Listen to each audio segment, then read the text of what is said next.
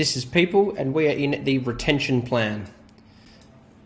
We're going to go through setting clear expectations for employees, the importance of a regular performance review, establishing performance review criteria and objectives, conducting effective performance reviews, and using performance reviews to identify employee development opportunities.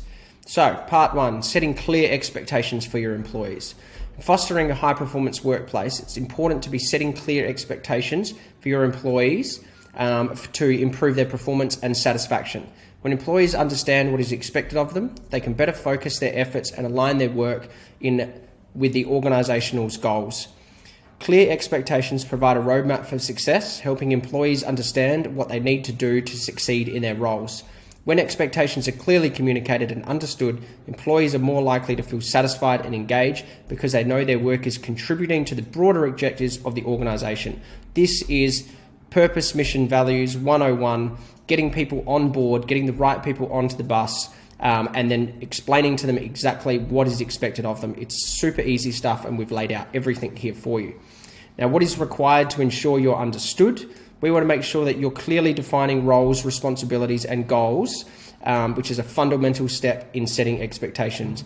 Each employee should have a clear understanding of their job role, the tasks they're responsible for, and the goals they're expected to achieve. Managers should communicate expectations clearly, unambiguously, and regularly. This could involve outlining expectations in job descriptions, setting goals during performance reviews, or discussing them in one-on-one meetings. Effective communication of expectations also includes listening to your employees and addressing their questions or concerns promptly and constructively. So we can't just ignore people and their feelings. Everybody needs to be listened to and heard. Having a look here at the expectations for employees, this is our expectations template that is in the Notion blueprint. We're going and having a look now at KPIs. We're looking at what are the metrics that will be used to grade their performance and what is the scale as well. So we've got a KPI. We'll put in metrics here of how to measure how they're actually doing. So this is a self-assessment for them to be able to do as well. We also want to list their core deliverables too. So what are the activities that they're expected to be completed? Now, this is all well and good to have a look at a blank template, but let's actually have a look at one I use in my company, Build Clean. We've got KPIs here. They've got a net profit KPI for my project managers. So we've got specific, measurable, attainable, relevant, and time-bound goals. So although the time-bound element actually comes into meetings and objectives in my performance expectations, we still do have here specific, measurable, attainable, and relevant KPIs for my team to hit. And there's also deliverables. You'll notice that every one of my project managers is expected to do a minimum 150K managed revenue per month. They need the ability to run residential, insurance, and commercial projects. I've got their expectations of, I've just skipped ahead, expectations of their time requirements to be on site. Their presentation is very important, particularly for my brand. I'm meticulous about my brands. I want my people to stand out, and that's where their personal presentation needs to be there.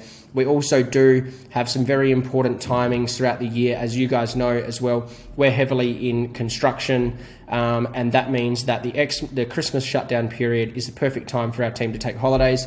Anytime out of that, or anytime during December, October, November, are shocking times for holidays. So that's a very important expectation that I've got from my team. If anybody needs holidays, they can bugger eyes off around then. And I want you to think about what kind of expectations and deliverables, the tangible activities that you really want to portray to your team as well. I also have a commission structure involved, which we go into as well to explain to you how you can set up commission structures as well. Now, the importance of regular performance reviews. So we've gone from expectations to performance reviews. They're very similar documents, but we want to make sure that one outlines the it's a premeditated area where we're saying this is what we expect of you. The performance review says this is how you are doing at this point in time and where you can improve. So there's three core elements to a performance review. It's communication, clarification, and expectation. So regular performance reviews are crucial for identifying both strengths and areas for improvement of your employees. By assessing an individual's work over a certain period, managers can recognize where employees excel and where they may need additional support and training. Performance reviews play a significant role in enhancing employee engagement and motivation. When employees receive constructive feedback on their work, they feel valued and acknowledged, which can boost their morale and drive them to perform better.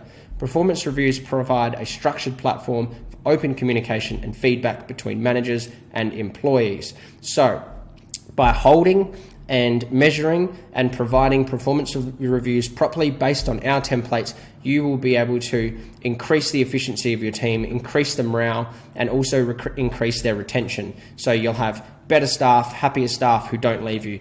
What more could you want? Now, part 3, establishing performance review criteria and objectives. So what do you need in the template, and what should you be thinking about when you start editing our template? So the basis of any effective performance review process is a selection of relevant and objective criteria. These criteria should be directed or directly related to the employee's job role and their responsibilities, and should measure both quality and quantity of their work. The objectives set during performance reviews should always be in alignment with the broader goals and the values of the company. This ensures that individual performance contributes to the overall success of your organisation, and performance targets set during reviews should always be in the SMART framework, which we have gone through in strategy, which is specific, measurable, attainable, relevant, and time-bound goals. And part 4, conducting effective performance review meetings. This is actually how to implement this, and how do we actually review someone. So prior to the performance review meeting, managers should thoroughly review all the relevant data and notes related to that employee's performance. You want to be prepared. The performance review meeting should be a two-way conversation. This is not a grilling. This is not a time for you to rip the employee's head off. You should also make it very clear to the employee that this is actually a great opportunity for them to give some insight into how you're doing as a leader as well. So providing feedback during the performance review should be done in a balanced and constructive manner. The performance review should result in a clear action plan for your employees' growth and their development in the company. This should include specific performance goals for the next review period, training or resources to support improvement, or steps towards career development as well. The plan should be agreed upon and by both the manager and the employees to ensure both of you or both parties have buy-in and commitment to the review. Now, using performance reviews to identify areas for development, how do you actually review someone? Performance reviews are an excellent opportunity to identify employees who show potential for growth and advancement. During performance reviews, managers should engage in conversations with employees about their career aspirations, where they want to go. Once you've identified an employee's potential and understood their career aspirations, it's important to provide them with the necessary support and resources to achieve their goals. We actually need to care about the people that we have on our team and care about where they would like to go. And also, if we've got the opportunities within our company, we can then level our team up to ensure they do stay with us forever. So this could include training programs, mentoring, job rotations, horizontal changes within the company to keep them more engaged, or it could be a good opportunity for you to upskill them further in multiple facets of the company. You could go further education. There could be opportunities to attend relevant seminars, conferences, online courses like you're doing here. You can also invest in your employee development. It not only benefits the employee, but also contributes to the overall growth and success of your business. You are building a team, you are building a culture, you are building a great company, and you should be investing in your team members. And that's it. We know how to set clear expectations for employees, the importance of performance reviews. We know how to set performance review criteria, conduct performance reviews, and we can give and receive some feedback as well.